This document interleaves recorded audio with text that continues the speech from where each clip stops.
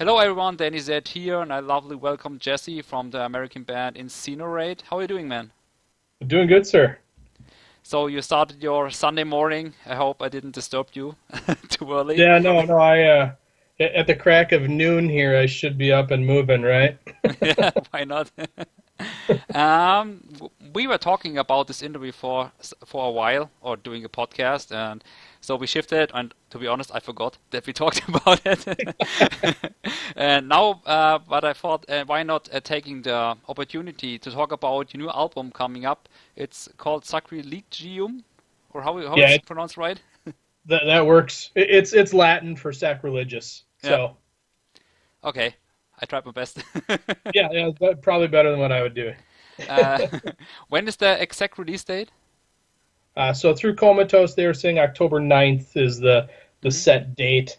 I know we've been taking pre-orders. They've been taking pre-orders. Those should ship out. We're being told we'll get them middle to end of September. Hmm. So the pre-order you might get it a week or two early. Hmm. Uh, Overseas, obviously, you might have a little bit of a shipping lag there, but it'll still ship out faster than waiting, I guess. Yeah, I think for us, it will be easier to get it from the US than getting stuff from Europe to US because a lot of my friends having mail orders and stuff, they cannot send stuff to the US at the moment. Oh, really? Yeah, they have I like the piles of packages which cannot be sent out or to the Wow. COVID-19.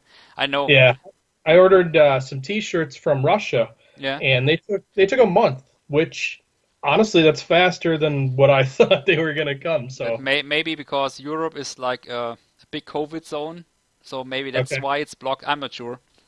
But by the way, how was the writing process? How long did it when did you guys start writing again after the last album? It's a good question.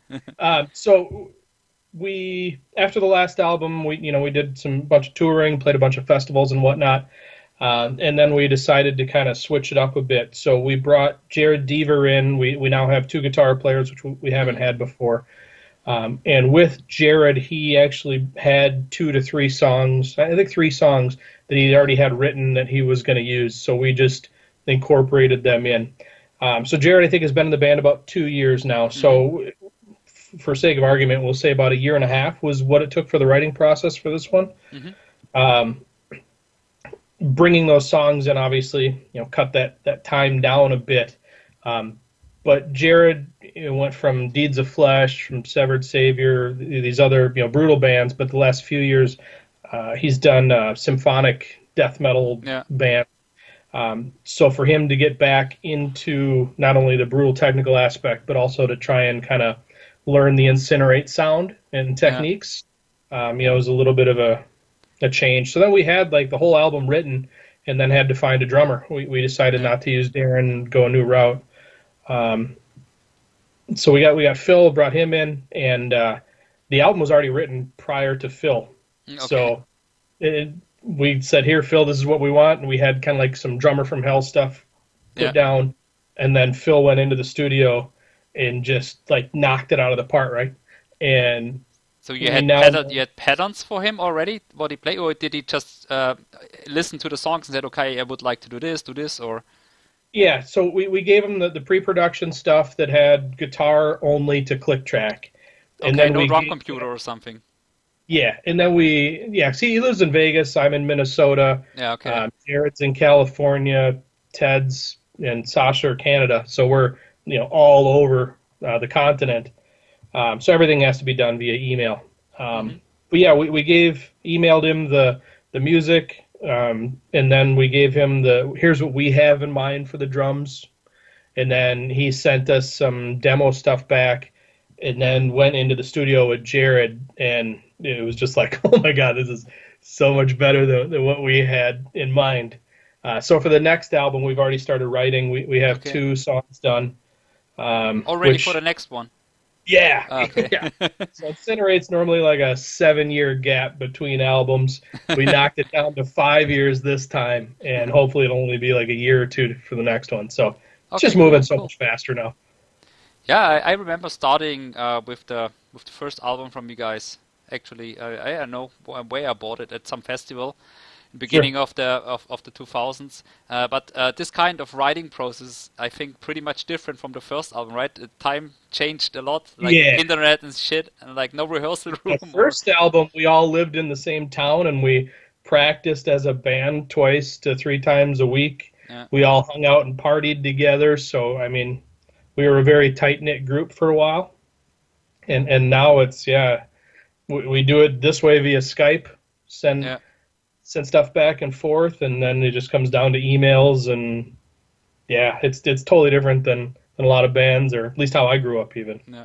Yeah, a lot of bands work like that, and also a lot of projects happening right now like this. Yeah. So with band members from all across, but I think, or maybe it is like this, that some magic is missing because you don't have that rehearsal room vibe. Do you miss that kind of writing? Yes and no. Yeah. I have another side project, kind of a slam band that I do. Just total caveman slam that we can just get together in a room and get drunk and then write. And we can bust out 2 or 3 songs in one sitting. Incinerate has never been like that. So for Incinerate, it's just kind of, it's been 20 some years. It's what I'm used to now. So I have that creative outlet of everybody together. My other band, I don't know. It's nice for Incinerate because you can bring a complete project or a complete thought and say, here it is, without other people screwing it up.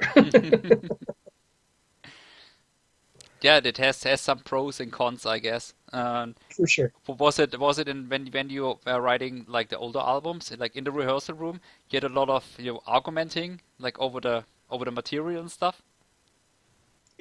Yeah, because it gets pretty personal. I mean, you spend all this time writing, and you come in with a set mindset of I wrote it this way, this is how I want it to sound.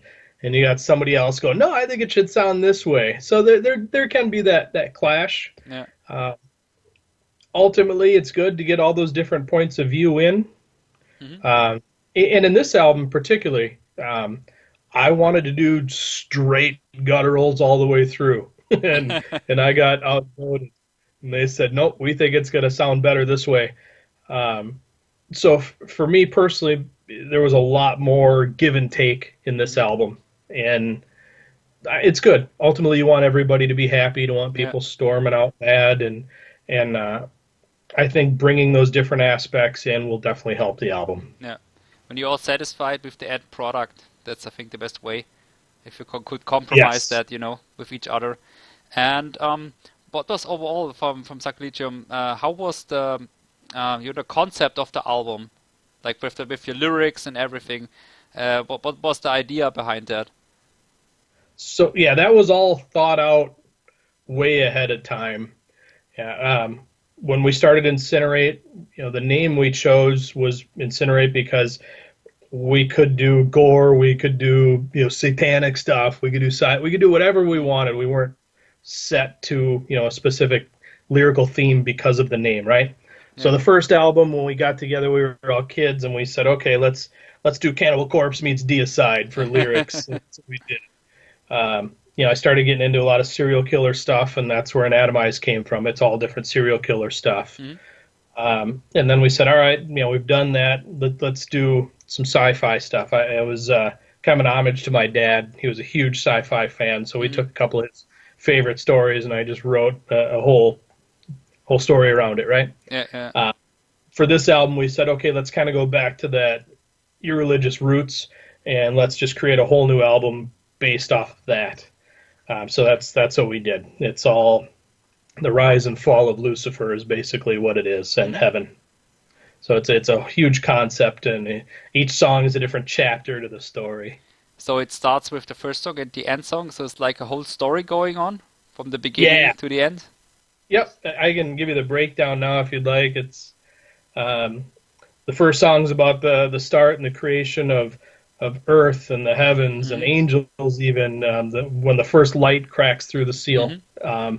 Second song, Lucifer is starting to kind of fall in love with Immortal and Eve and the rest of the angels, and they're kind of fighting back and forth. third song is they come to a head and say, listen, you can't be doing this, you know. And then we go where he's banished to hell, gathers his legions, comes back, and then there's about 2 songs that are all about a huge fight in heaven. They end up taking over heaven, then destroying heaven. God flees and leaves, and then they're left at the end just kind of standing around basically going, what the fuck did we do? We just killed half of our brothers. We wiped out heaven. What do we do now? That's kind of where it leaves off. So I don't know if the next album is going to be a continuation. We kind of keep changing themes, but we'll see. But music-wise, I can tell you, from Sacrilegivm, the next album is going to be quite a bit faster. You mean from the writing? Well, the writing process is going faster, but musically, we're also going to bump it up a few bits per minute. Okay, so got it. It's going to be overall. Like I said, we wrote that album, and we didn't really know what Phil could do, and we kind of wrote it off a Darren mindset, and Phil is just a lot faster fucking drummer. So he had to dial it back for this album. So for the next album, we're going to probably take full advantage of his capabilities and speed it up. Now know about his abilities and his limits. You can push it. Yeah. That's one of the drawbacks of the internet thing is he starts recording what he has in his mind, and it's different from what we had in our mind, and then we go, oh shit, Phil can do that. All right, cool. Yeah, not like in the rehearsal room. Play faster. yeah, right. So now it's just moving faster. Everything. This is released again on Comatose. I think the first 2 albums was on Brutal Bands, right? Yeah, we Scott, the original guitar player, he founded and started Brutal Bands. Incinerate was BB001. We were the first. Oh, right, that's right. I remember that's the first one. We were kind of the test pilot on the whole label. From there was Emeth and Stab Wound and some other bands. So yeah, we ran the course of Brutal Bands until Scott quit doing it and kind of ran it down, and then Steve, longtime friend, picked us up, and it's pretty much the same with Comatose. The first CD was Lust of Decay. Yep. and they were playing with Lust of Decay was some of our first shows, so we've known Steve through that relationship, or I've known Steve through that relationship through our whole journey, I guess. He's a great guy. So you also always had a good work together with Comatose and everything, so that worked out pretty well with the label. Yeah.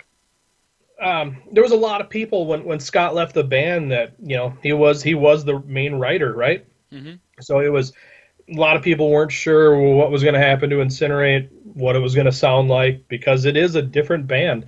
I still see all kinds of comments saying, "Oh, I wish they would have stuck with Anatomize. I wish they would have done this or whatever." And without the guy that wrote everything, 1, you can't, but 2, we've made a decision that each album is gonna sound different. I don't want to write the same album 5 times in a row. So yeah, why not try new stuff? You can stick with the bass, so at least the people will recognize it's Incinerate, but try something else. Why not? Yeah, and internally we had our own discussions. I mean, Scott was in Incinerate for, I don't know, 6, 7 years, 5 years after Anatomize came out. We had already planned and already had a different change of direction. So there's people going, oh, Scott this and Scott that. And I'm like, well, no, this is what Scott wanted anyway. But it's a different band, and it's still a great band. I love it. So you are the only founding member left? Correct, yeah. Which has its drawbacks, pluses and minuses, but I think a lot of people are going to be surprised. This album is a different beast. It's not the same album. It's a different sound. We tried some different stuff, but I absolutely fucking love it. Eradicating, we had a set theme, and we had an idea that this is what we're going to do, and I don't think we kind of nailed it. With this album, Sacrilegivm, we sat down and said, okay, this is what we're going to do. This is what it's going to sound like. And throughout the whole process, we ended up doing exactly what we set out to do. So really stoked on it. Yeah, I just heard 1 track so far, which was released already. Yep. I also really, really liked it, and I'm looking forward to hearing the whole thing. And I will do a review for you guys for sure. Cool. Yeah, we appreciate it. We love your stuff. You filmed that video for us, that show in Germany, right? The 2 times I filmed you. Insane Insanity. 2 times in 2 days. Oh, jeez. That I was the think, Insane Insanity on Saturday, and on Sunday was in the Stuttgart area where I live at a small festival. But I remember yes. that the most people went to Insane Insanity, and then the next day they didn't go to the other show. I think Yeah. because my friends of Abrasive organized that show, and Yes, I right. think they said they had 20 paying guests or something. And Yeah, that it was and hard. for that insane package with an Yeah. internal suffering, you guys, I think, how was the guys from UK called? Necro, I forgot the name. Neuroma was on that Yeah, package, yeah, I believe. right, Neuroma, yeah. We I think that second show we were all pretty fucking hungover. Yeah, yeah, We over. you told me. I remember we were thinking about doing an interview already there like 5 years Yes, ago, and you said, "Can you please don't do it? I'm too hungover." that's how I roll. Just yeah, you got the family life. You get off the leash and you just go drink and get stupid, and then you gotta take a day or two to recover. Yeah, I got it. Yeah, I see pictures from you from time to time. You know, where you said, "I was there. I got a little puke or something." Yes, yes, yeah. Known for overdoing it, I guess. But when you are in Europe, it's the way to go. I Oh my God, understand. Drinking in it's so public is much no better. problem, so go for it.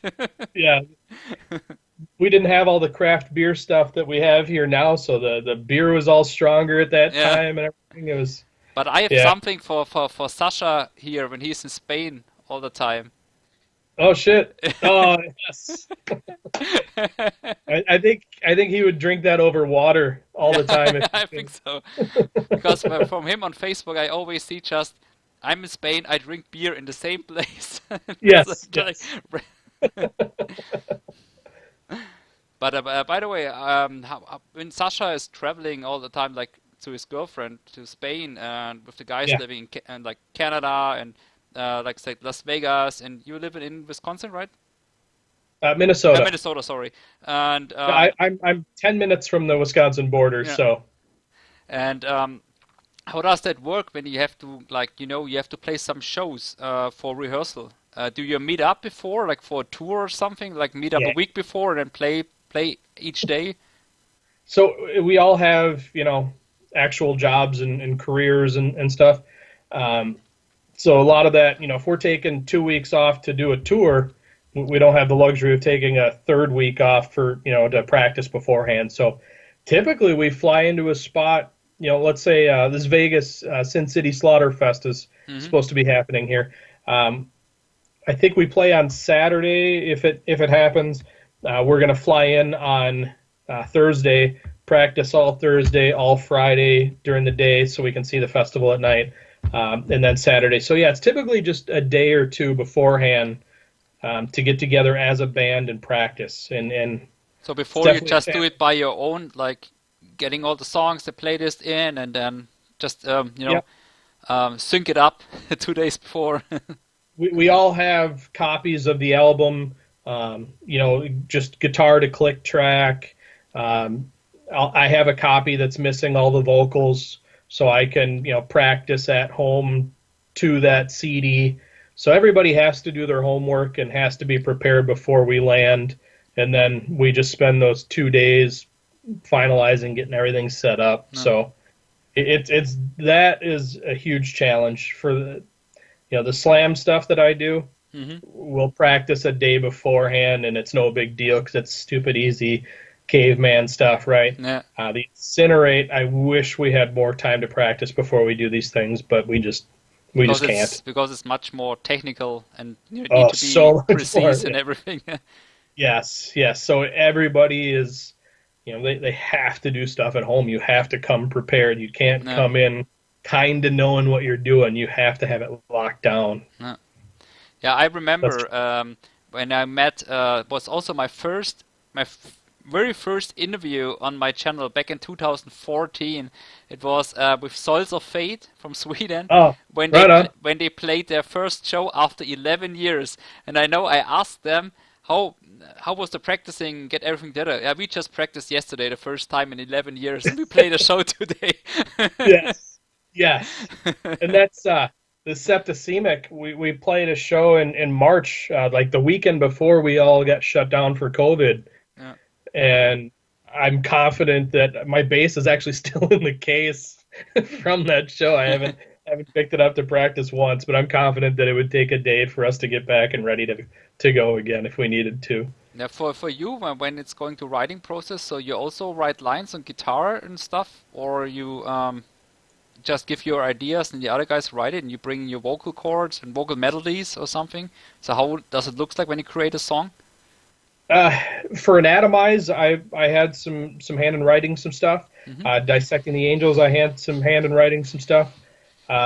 Eradicating was like almost 100% Sasha. He had spent the most time with Scott learning Scott's stuff and the direction that Scott wanted to go. So we just kind of let him run with that.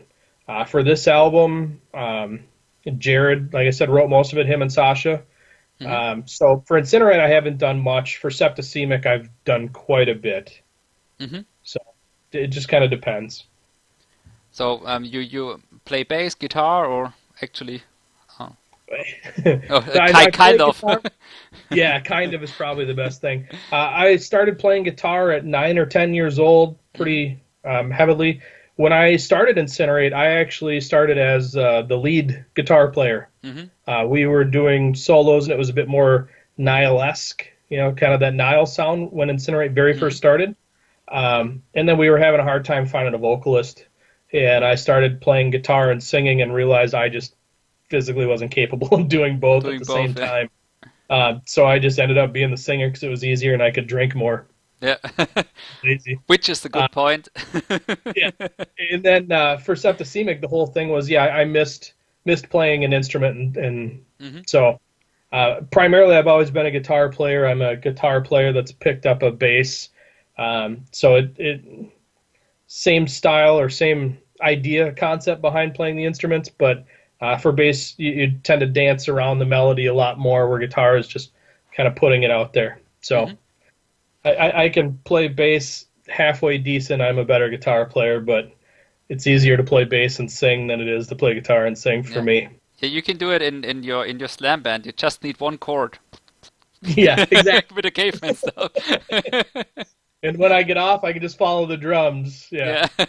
I remember seeing a lot. I think that's 10, 15 years ago. I saw the band Pixie from Czech Republic, if you know them, like crazy Czech grind stuff, and they were always drunk as fuck when they played. You don't believe how drunk they were. And I think one guy even said, we can't play our set when we are sober. We need to be drunk to play the whole set. That's pretty much Septicemic. We played one show and Rob was, I think he like fell down in one song and then just stayed down for the rest of the song and just let us finish it. I mean, I'm here. I am alive. Yeah. We don't make any money doing this, so you got to have fun. So Incinerate tends to be a bit more business related, and there is more pressure because it's a bigger band. Septicemic, the whole thing is, fuck it, we just want to have fun. Yeah, but you know how it is in death metal. Like a friend of mine also said, what are you going to do when you win $1 million in the lottery? I tour with my death metal band until I'm broke. Dude, that is it. I'm going to get the biggest bus with a hired driver and catering and just drink it all away and party. That is 100% what I would do. With a barrel of Jack Daniels getting straight. Yes. Getting the rock star life of the 80s back, yeah. Yeah, the IV of whiskey, and yeah, it'd be great. Yeah, I think in death metal probably you earn some money before Napster or something stuff came up, but I think it's getting worse and worse with Spotify and everything. Like you get, I think, I don't know if you guys have it, the same opinion, but I heard it from friends that like 5,000 streams or something is like selling a T-shirt at a show. Oh, not even close. Okay. So and that's one of the reasons why we have as many shirt designs, and we're doing banners now and shorts and stuff. That is the only way we make any money I shouldn't even say make money. That's the way we diminish our losses. We cut our losses because ultimately we still pay to be in the band. There's no way around. It's in probably in extreme death metal, it's mostly a hobby you do and pay for, like any other hobby. You spend money on it, sadly, because it's so intense and hardworking. You have to be such a good musician to write this fast technical stuff, and you spend your half life just writing songs and practicing and everything. When you are at zero, have everything even, you are good.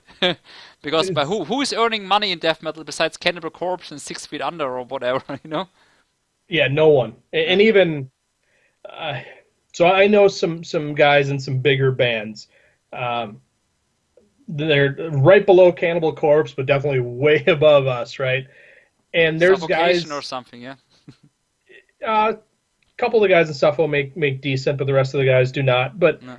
There's guys mid 30-year-old, 35, 36 years old that still live at their parents' house, and because the time away from touring makes it hard to have a job, and then you just don't make enough money. Period. Also, So for you guys in the US, it's much harder because you have much less vacation than we have in Europe. No. For sure. My last job, I had 3 weeks of vacation, so I would spend 2 of it with the band, 2.5 with the band, and 3 days with my family. So it's hard. Yeah. My wife is on me to actually take a real family vacation. It's the things we give up to do this stupid shit. Yeah, that's because in Germany, like the standard is 25 to 30 days. Oh man, that'd be I have 6 weeks off every year, so I'm really happy about that. Yeah, I think 2 weeks is probably the standard in the United States. So. I think in Germany by law it's 20 days, 4 weeks. It's by law. Really? Yeah. Damn. That would be huge. But I know it from my company where I work. So like in Germany we have 30 days, but sure they have local contracts like in the US in our locations, and they say if they get 20 days, they are the kings in US. Yeah, that is massive. And we talked about Sasha. Yeah. So he is a contract worker. Mm-hmm. So he works only 6 months out of the year. Okay, that's why he has time off. Or Yep. Yeah, he makes all this money in a short amount of time and then saves it and spends it throughout the rest of the year. Jared works from home, so he can work remote and pretty much go anywhere. So those guys, are pretty fortunate, and they can do some other stuff that the rest of us can't. But with the COVID right now, it's hard. A lot of us are working from home that weren't able to work from home before.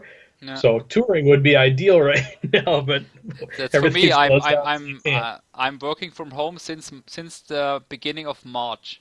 I'm just working from home. I'm an IT guy, so for me it's no big difference. Luckily, but a lot of friends or stuff, it's really hard to wear if you're in mechanic stuff, wearing masks all day or something like that. But we all I've also been in short time work. Now I have some cuts in my hour contracts, and so we are all earning less money, and so it's really harsh times at the moment, because I have a house, I have to pay for it. The bank is not saying, okay, we reduce your rate also for 10% or something. Nope, not gonna happen. It's the same here. We just bought a larger house last year, so I have this larger house to pay for, and that's when everything happened. So because same. you think that the party is going on forever, and then stuff like that come in accidentally or whatever, and then it's At least if we don't lose our houses, we can be fingers crossed. Thanks for that. But if we go back to the shows, I think your biggest show was that in Indonesia, right? With this big open air festival. How was that? Yeah, total attendance for the festival, they said, was 22,000 people. So, I mean, it was crazy. The whole situation was crazy. We got asked to play through a friend. Said, hey, there was a cancellation. They asked if I knew anybody, would you be able to do it? And it was 15 days notice. 15 days. our guitar player Ted wasn't able to do it. He wasn't able to get the time off of work. It was too short a notice. We didn't have a drummer at the time. Okay. And we said, we're going to do it. Like, no matter, like, nothing was going to stop us from playing this fucking show. Even if we use a drum computer, we don't care. So we contacted Eddie Hoffman, who had jumped with us previously, and said, "Hey, can you do it?" And he said, "Yeah, I can do it. I'll learn the songs again." So he had to learn the whole set in 15 days after not playing it for years, right? Yeah. So we're like, okay, we need a guitar player. So I actually reached out to Scott and said, "Hey, dude, I know we haven't talked in 2 or 3 years. You haven't been in the band in 5. Do you want to do this show?" And he said, "I don't know. Let me think about it." So he took 2 days to think about it. I borrowed him a guitar and a practice amp because he had sold all of his gear. Yeah. So not only did he have to relearn the songs, he also kind of had to relearn, kind of how to play the guitar because it'd been so long. So we were just overcoming hurdle after hurdle after hurdle. And same thing, we were never able to jam as a band at all. So we get to the airport, and I flew out to Chicago, and my Minnesota plane was delayed because of some weather, because it was in February, which here is very much winter, in the middle of winter, and flew out to Chicago, where we were all supposed to fly to Chicago and then take the one flight to Japan, and then from Japan to Indonesia. We get to Chicago, my plane lands too late, and they actually put me on a little golf cart and wheeled me outside through all the planes, across the tarmac, which doesn't happen. They held that flight just for me. Really? To Japan. Yep. So I get there, and the other guys get to the airport, and they're like, "Eddie got held up in customs. He's not going to make it. We need to cancel." And I was like, "Well, what do you mean?" And they're like, "Yeah, his passport apparently got damaged, and they won't let him fly." So here we are in Chicago. They're holding the plane for us to go to Japan. I got a drummer that's not going. I got a guitar player that hasn't played the music in I don't know how many years, and we're going to play our biggest show ever. And I made the call and said, "Fuck it. We got 18 hours on the flight to figure out what the fuck we're going to do." Thankfully, the flight had Wi-Fi, so we were all messaging Darren and my friend Will that recorded my vocals and stuff, saying, "Hey, do you have any drum tracks you can send us?" So through that whole flight, we're all freaking out, not knowing what the fuck's going on, if we're going to have to cancel. We get to Japan, and we're sitting in the lobby drinking, of course, trying to get email stuff. And then we took that next flight over to Indonesia, landed in Indonesia, and all of a sudden I get a bunch of emails that those guys had sent us drum tracks as MP3s.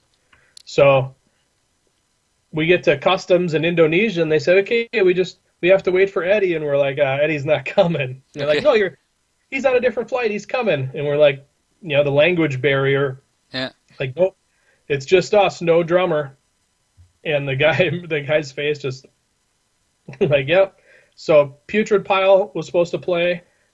His flight got canceled. He didn't make it. Dying Fetus was supposed to headline. Their flight got canceled. They didn't make it. So it was just our dumb asses with a guitar player that barely knows the songs anymore. No drummer.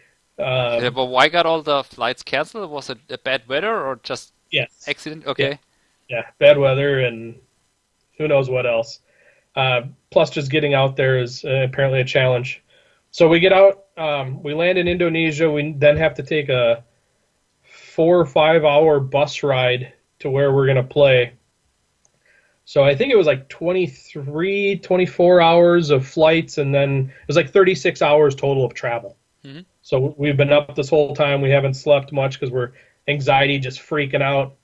We get to the hotel room and are playing the songs off the cell phone, playing each individual MP3, and had to relearn. And so that was the only practice we had. And then we get on stage, and it was just so many people, and it was crazy. And playing live all this time to a real drummer, and then having to get up there and play to a cell phone Yeah. in front of 22,000 people was absolutely fucking crazy. The anxiety, it was very stressful. And then we find out that our stage sound, excuse me, Scott's guitar was fine, but something from the amp going to the board, one of the cables was cutting out. Okay. So what the crowd was hearing was different than what we were hearing on stage, and the guitar kept cutting out. So what should have been the greatest, biggest highlight of our musical careers and the best fucking time ever. But you don't know what to do. Yeah, it was the most stressful shit I've ever been through, and I'm so happy to say that we did it, and it was an honor, and I would absolutely love to go back with a full band and play the fucking Next show time. again. Yeah, redo. But I think for a death metal band playing in front of so many people is really a big thing, because when you get a chance to do that, and it's not even happening in Germany. Yeah. Or maybe if you have the chance to play early on Wacken or something, you have the chance to play like in so many people. Or we have a couple of festivals here where so many people are, like 60,000, 80,000. We have that big kind of metal festivals, but if you are like a band in that size you are, or like death metal, you probably play in the small tents or something. Yeah. Well, we played that show in Germany that you said in front of 20 people. We'll play from 20 people to as much as we can. It was an amazing opportunity. It definitely wasn't the best representation of the band, which makes me very sad. And there's some YouTube videos out there that I wish we could delete and erase.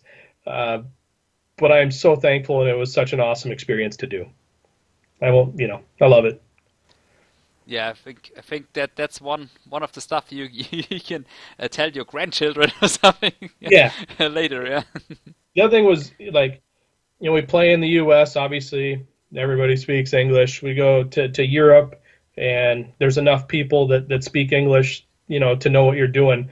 There, when I would talk in between songs, just everybody just sits and looks at you. They have no idea what you're saying, and so they'll see a pit, and you have to use your hands a lot more to try and get your message across. So that was weird. Yeah, but you will have the same faces when you go to South Italy, I can tell you, because my wife is from Sicilia, and when we went there to visit, relatives, and did 3 weeks of vacation, when we went to families, I speak just this big amount of Italian. Sure. And then we went there, and I was thinking, because her cousins are 17, 18, 19, something like that. I thought, okay, they were at school, they speak a little English, but no way, no fucking way. I was like doing the hand things. I used my Google Translator and shit. Yes. Yeah, I really felt like an alien or something there. But I can think of in Indonesia, that's also pretty hard. I've been to Thailand once for honeymoon, but there they talk a lot of English because it's in tourist industry, so they have to. Sure. At least, yeah. Yeah, there was very, very little English. What I do know is we had a big cooler of beer, and we were like one of the only people that were allowed to drink any beer in the whole place. So that was really weird, being at a festival with not people drinking at all. I think that's also with the Muslim restrictions in Indonesia or something, right? Yeah. So it was different. Yeah, I'm sorry. So cheers, Sasha, when you're watching this. I also have here that I just poured that. It's pretty tasty. Asahi. That's a Japanese beer. Sweet. I have coffee in my Nico mug. It's my morning. I should have put whiskey in it, but I did not. Yeah. Like Irish coffee style. But when we are here, and I am already putting my beer inside here, what's your favorite beer actually? So there is a little local brewery right by my house. It's a restaurant that makes their own beer in the back, and they make Morning Haze, I think it's called, but it's a coffee infused beer. Okay. So it's not real thick like a stout. It's more of a lager, but it's got a really heavy coffee flavor to it, and I absolutely love that. That's become my new favorite. I think it's like $7 US for a little can. Okay, that's much. So it's expensive, but I love it. It's great. I remember that in 2014 I was at Las Vegas Death Fest. Maybe you remember we met once, but you were pretty drunk, so. That sounds like me.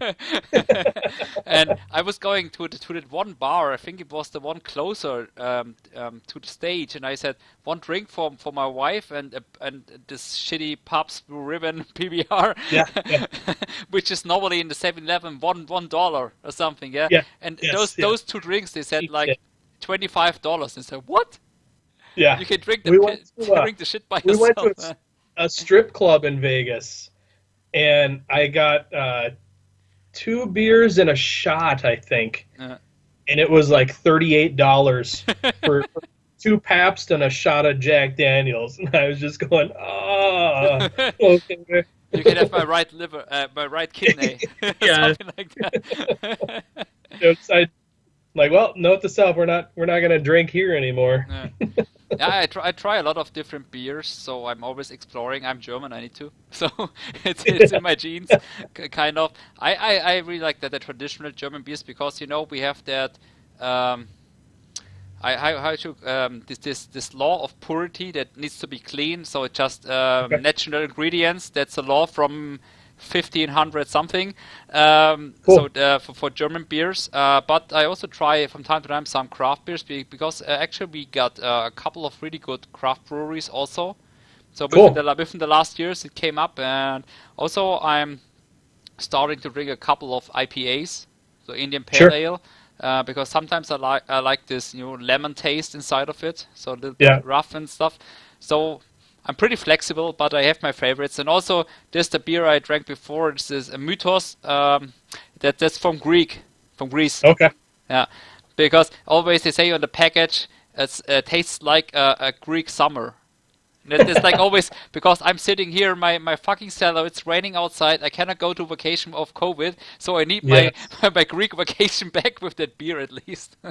we did the same thing here. Got a bunch of summer beers and sit in the house, and yeah, I'm just grateful that I have a garden, and we had great weather. It was super hot the last 2 weeks, and we could do barbecue and stuff like that. Huh? Yeah, here it's been very, very hot. Yeah. So in Arizona, it'll get to 115, 118 degrees, but it's the desert, so it's really dry. I just have to think how much Celsius that is.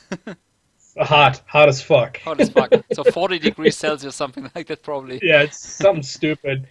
Here it doesn't get as hot, but we have very, very high humidity. Mm-hmm. So you walk outside and the humidity just takes your breath away, and then you start to just sweat. So it's like in Indonesia or something. Yeah. Yeah, so we were there, and like some other bands were complaining about how hot it was and stuff, and I was like, oh, it's 30 degrees below zero at home. Yeah. So here I'll take hot all day long. And it was the same for me on honeymoon. We took off here in January, where it was like -5 in Celsius. Yeah. So and it was really, really freezing outside, and then we go there, and then it was like 40 degrees difference in Thailand. We jumped outside with jackets, everything. Oh, wait a second, take everything off. So from time to time to go somewhere where it's hot when you have at home like winter, it's a really a nice thing, in my opinion at least. Yes, we need to get away for sure. I just watching on the clock because you have your next interview coming shortly, and you want to have a break. And maybe we also talk about your future plans. As we said, you are going to record the next album pretty soon, and I don't know if I asked you that before, but was it your idea actually to start Incinerate, or from where did it came up? If you go a little bit back to the past. Scott and Randy were in the Navy together, so they were out in the aircraft carriers out in the middle of the ocean with nothing to do, and they had some instruments. So they would sneak down to the bottom of the ship, and there was a drum set, and Randy would play drums down there, and Scott basically learned to play guitar on the ship. That was like 96. And then 98, they got out of the service and moved up here. Or Scott had family up here. Randy followed. He was the drummer at the time. And they decided, they had some thrash background and said, let's do a death metal band. They put an ad in the local paper. So I answered. There was a couple of guys that had tried out and auditioned before me. But when I came in, we really clicked. So, yeah, it was us three. I had a friend of mine that I brought with to play bass, and he just wasn't really working out, wasn't into it. He was more into drag racing and cars. So I brought in another friend that I work with, Mike, and he was the original bass player for Incinerate. Then he landed the job and clicked, and that's kind of how it started. So Scott and Randy started it as kind of a idea in their back of the mind or whatever, and then I joined and brought in the bass player, and that was the first incarnation, I guess, of Incinerate. Yeah, cool. It's also nice to hear that how that happened. Like, back in the days, it's so much different right now. Now you put some request on the web or something, ask, can you play the drums or whatever? It became so fast. I also remember sending letters to some magazines with money inside to get a shirt and hoping it not got lost or somewhere. Or Yes. but it also was a great time. Everything was a little bit slower, and I think back in the day, like when Unmatched Brutality, United Guttural, Comatose, and all the labels started, and also the band started, I think it was a little bit less, but more quality. It's just my opinion. Now I agree. it's swamped with stuff at the moment, I think. That, and you didn't have home recording back then. You have no So MacBook and something, just press record, yeah. you had to find guys in your area that not only like the same music as you, but were decent enough musicians to be able to play it. Randy, was a thrash metal drummer, and for us to get him to play death metal, almost all of Dissecting the Angels, I mean, Randy wrote, but we kind of had to say, no, play this, play that. So it was our shows with bands like Lust of Decay, with Brodequin, that we were like, holy shit, this is what other guys are doing now, and got to be friends. And you would go to a show and sit backstage and watch the other musicians go, oh, that's how he's doing it. Oh, that's, you couldn't You learn watch from each other, yeah. Yeah, how to play a blast beat. You had to figure it out by either listening to or going to a show, physically going to a show and watching them. So you couldn't hop on and email your favorite drummer or private message on Facebook and say, how do you do this? And the guy goes, oh yeah, here, you just do that, So there was that, and it was also a bit more private. People were holding their secrets a bit closer to the vest.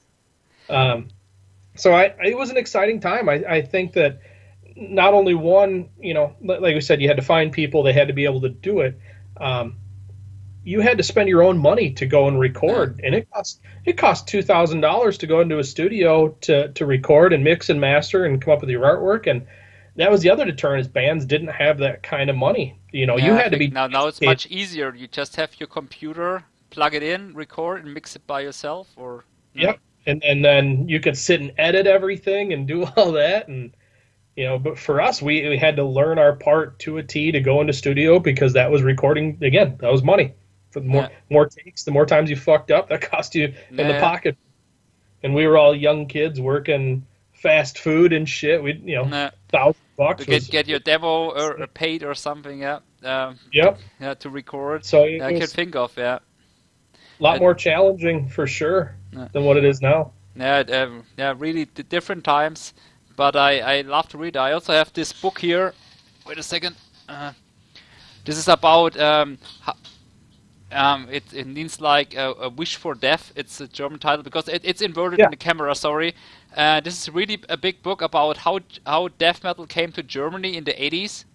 Okay. Sweet. And that's with a lot of pictures from back in the day stuff, and a lot of stories from bands, and awesome. that's really, really cool. It's like 500 pages big, and like how the evolving of the sound came in, like from tape trading times, that you send stuff to the US, became some stuff back, sent stuff to the UK, and there, and how to evolve that sound of death metal back in the day. So pretty cool, yeah. Yeah, now it's easy. Send an MP3. Yeah.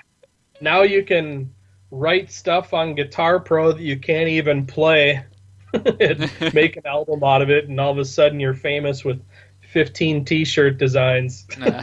That's what a friend of mine said when he was, but it's already over 10 years back. When he went into a studio, brought his drum kit to record the next album, the sound guy said, "What are you doing there?" "Getting my drum kit in to record." "Fuck it, we program everything. It sounds better." Yeah, that was a big thing that we said for this new album is no drum editing, no quantizing. There's no sound replacement. I mean, he's got triggers on the kicks, of course. It's just kind of standard. But the snare sound you hear is the snare sound off the mic, the cymbals, everything, toms. So we were very adamant on that. We didn't want make it sound sound it more organic, or how you want to call it. Yeah. We set out and said, okay, this album is going to be more of an old school. We wanted that 2000s era unique leader, the Severed Savior, all those bands from that era. That's what this album sounds like. You really played the drums. There's also Lille from Defeated Scent. He always said he never like programs it. He always plays it in because it sounds different. That's about it. Yeah. Yeah, and God, he's amazing. He's such an amazing musician. Yeah, the last album I already reviewed. It was sick. And like I said, the only problem for me was the access to the album. I had to listen to it 10, 15 times, and then I sent him the review, and he said it was totally fair. He loved it how I wrote it, with my limitation of my English. So, and he said it's totally fair and everything. And he said, yeah, no problem about not understanding everything. It takes 5 years to get all the stuff. I can't comprehend their level of musicianship. So some of it is just unreal. But yeah, starting from a Germany-based band, now 2 members are living in the US, so it's more in your area than in the Lille is the last one in Berlin. We're half Canadian now, so same thing. Yeah, time changes. Yeah, if you're and our life changes, family and stuff. You move there for jobs and whatever. Yeah, but for now, sure. I have watched on the clock again. I'm really thankful for talking. I could go on talking for you for hours. It's really, really fun. I really enjoy it. But I don't want to disturb you anymore because you have the next interview coming up. I just want to say thank you. Thank you for doing this. And I really had fun. And we stay in touch like always. And yes, sir. Yeah, just have a great Sunday, man. You too. Thank you so much for the opportunity to speak with you again. It was great. Like always. And I hope next time, or we see like in real life, that would be great again after the COVID shit is over. Yeah, we're hoping to be able to tour for this album. Yeah.